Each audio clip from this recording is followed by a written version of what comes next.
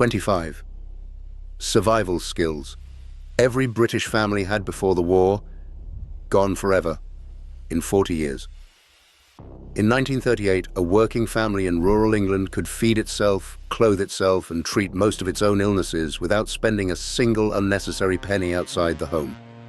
Number 19 on this list took an entire evening to do properly, and almost no household under 60 has ever attempted it. Number 1 was so fundamental that a family's survival through winter genuinely depended on it. These were not hobbies, they were the ordinary business of staying alive. Before we start, hit subscribe, because your great-grandparents knew things that no supermarket can teach you. Number 25. Growing every vegetable the household ate. A working family before the war rarely bought vegetables at all, relying instead on an allotment or back garden dug and rotated with real precision. Potatoes here, cabbages there, so the soil never wore out. A poor growing year genuinely meant a lean winter, and children learned to weed and thin seedlings almost as soon as they could walk. Seed was often saved from the previous year's strongest plants rather than bought fresh, which meant a family effectively bred its own varieties over time, without ever calling it that. Number 24. Keeping and slaughtering a household pig. Rural and even many suburban families kept a single pig in a backyard sty, fed on scraps through the year, then slaughtered it themselves in late autumn with the help of a neighbor who knew the process. Almost nothing was wasted, from the trotters to the blood, and one pig could feed a family for months, once properly cured. Neighbors often shared the work and the meat between several households, since a single family could rarely use an entire animal before it spoiled. Number 23. Curing and salting meat without refrigeration. With no household fridge, meat was preserved by rubbing it thoroughly with salt and saltpeter and hanging it in a cool larder or smoking it over a slow fire, a process that had to be judged by smell and texture rather than a thermometer. Getting the salt ratio wrong meant spoiled meat and a genuine loss the family could not easily replace. Curing was usually done in the coldest, driest part of the house, often a north-facing pantry, since temperature and airflow mattered just as much as the salt itself. Number 22. Bottling and preserving fruit for winter. Every autumn, surplus fruit from the garden or hedgerow was boiled down and sealed into glass jars using a water bath, entirely by eye and experience, since sugar and heat had to be balanced correctly or the jars would spoil quietly on the shelf. A well-stocked pantry of bottled fruit was treated as seriously as money in the bank, and rows of filled jars lined up on a shelf were a genuine source of pride, checked periodically through winter for any sign of spoilage. Number 21. Baking all the household's bread. Shop bread was a luxury and many working families avoided, so the woman of the house mixed, proved, and baked bread at home several times a week, judging the oven's heat by hand rather than a dial, since many ovens had no thermostat at all. A family that baked its own bread could feed itself for a fraction of the cost of buying a loaf, and a good baker could judge exactly when dough had proved enough simply by pressing a finger into it. Number 20. Churning butter by hand. Households that kept even a single cow or bought cream cheaply from a neighboring farm churned their own butter using a hand-cranked churn, working the cream until it separated, a task that could take the better part of an hour and demanded real arm strength. Homemade butter also meant buttermilk left over, which was never wasted and went straight into baking, keeping the whole process genuinely closed loop from cow to cake. First pattern break. Everything so far has kept a family fed through the year. What comes next is about keeping the family clothed, warm, and standing upright when almost nothing could simply be replaced with money.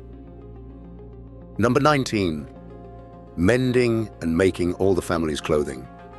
Cloth was expensive relative to wages, so garments were unpicked, turned and re-sewn to get years of extra wear. and a mother often cut down a father's worn-out trousers into something a growing son could wear. A sewing machine, if the family had one, ran almost every evening, and a mother's ability to judge how much wear was left in a garment before it needed reworking was treated as a genuine household skill in its own right. Number 18. Cobbling and mending the family's own shoes. Rather than paying a cobbler for every repair, many households kept a small last, a hammer, and a stock of leather and hobnails at home, risoling boots themselves when the leather wore thin. A family that could not afford new boots simply had to know how to keep the old ones going indefinitely. Number 17. Cutting the whole family's hair at home.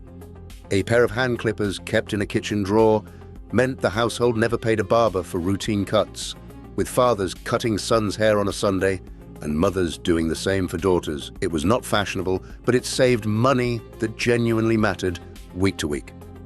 Number 16. Sweeping the household's own chimney. Before professional sweeps became affordable to every family, many households used a set of long brushes and rods to clear their own chimney of soot, a filthy and slightly dangerous job that had to be done regularly, or the fire simply would not draw and could become a genuine hazard. Number 15. Fetching and boiling water for the entire household. Many working-class homes before the war had no indoor tap, so water was carried from a shared pump or well and boiled on the range for cooking, washing, and bathing, a task that shaped the entire rhythm of a household's day around a single kitchen fire. Number 14. Managing an outdoor privy without modern sanitation. With no flushing toilet, households maintained an earth closet or outdoor privy, using ash or lime to control the smell and emptying it regularly, a job nobody enjoyed, but every family simply had to manage as part of daily life. Second pattern break. None of this was about being poor for its own sake. It was a set of genuinely necessary competencies, since calling in outside help for almost anything cost money. A working family rarely had spare. Number 13. Basic home nursing for illness and injury. Before the National Health Service arrived in 1948, calling a doctor cost real money, so mothers were expected to nurse fevers, dress wounds, and judge which symptoms actually warranted the expense of a doctor's visit. This knowledge was passed down almost entirely by word of mouth from one generation of women to the next, and a mother who guessed wrong, either calling the doctor too often or not often enough, was judged by the rest of the street. Number 12. Treating common ailments with herbal remedies. Households kept a working knowledge of remedies grown in the garden or gathered from hedgerows, from comfrey for bruises to elderflower for colds, used long before reaching for anything bought from a chemist. It was not superstition so much as accumulated practical experience, refined over generations. Number 11. Assisting at home births. Well over half of British births before the war happened at home, often with a local, sometimes unqualified, handywoman or midwife assisting, and other women in the family were expected to know the basics of preparing for and supporting a birth themselves. It was considered simply part of a woman's practical knowledge, not a specialist skill reserved for professionals. Number 10. Making soap from household fat. Rather than buying soap, many families rendered leftover cooking fat, mixed it with caustic soda, and set it into hard bars themselves, a genuinely dangerous process that had to be done carefully to avoid burns. A household that made its own soap paid almost nothing for a product every family needed constantly. Number 9. Making candles for light. Before electricity reached every rural home, families dipped or molded their own candles from tallow or beeswax. A slow, repetitive process that had to be timed carefully, layer by layer, to build an even candle that would not gutter or smoke excessively. Number 8. Sharpening and repairing household tools. A spade, an axe, and a kitchen knife were expected to last decades, and every household kept a whetstone for keeping edges sharp, since a blunt tool wasted real effort and time that a family genuinely could not spare. Third pattern break. The last stretch of this list moves outdoors into skills that kept a rural household fed and warm, even when money and shops were simply out of reach. Number 7. Laying hedges by hand. Farm workers and smallholders wove and bent young hedge growth into a dense, stock-proof barrier using nothing but a bill hook, a skill that took years to do well and kept livestock fenced in without a single length of bought wire. A well-laid hedge could last decades before it needed relaying again. Number 6. Coppicing wood for fuel.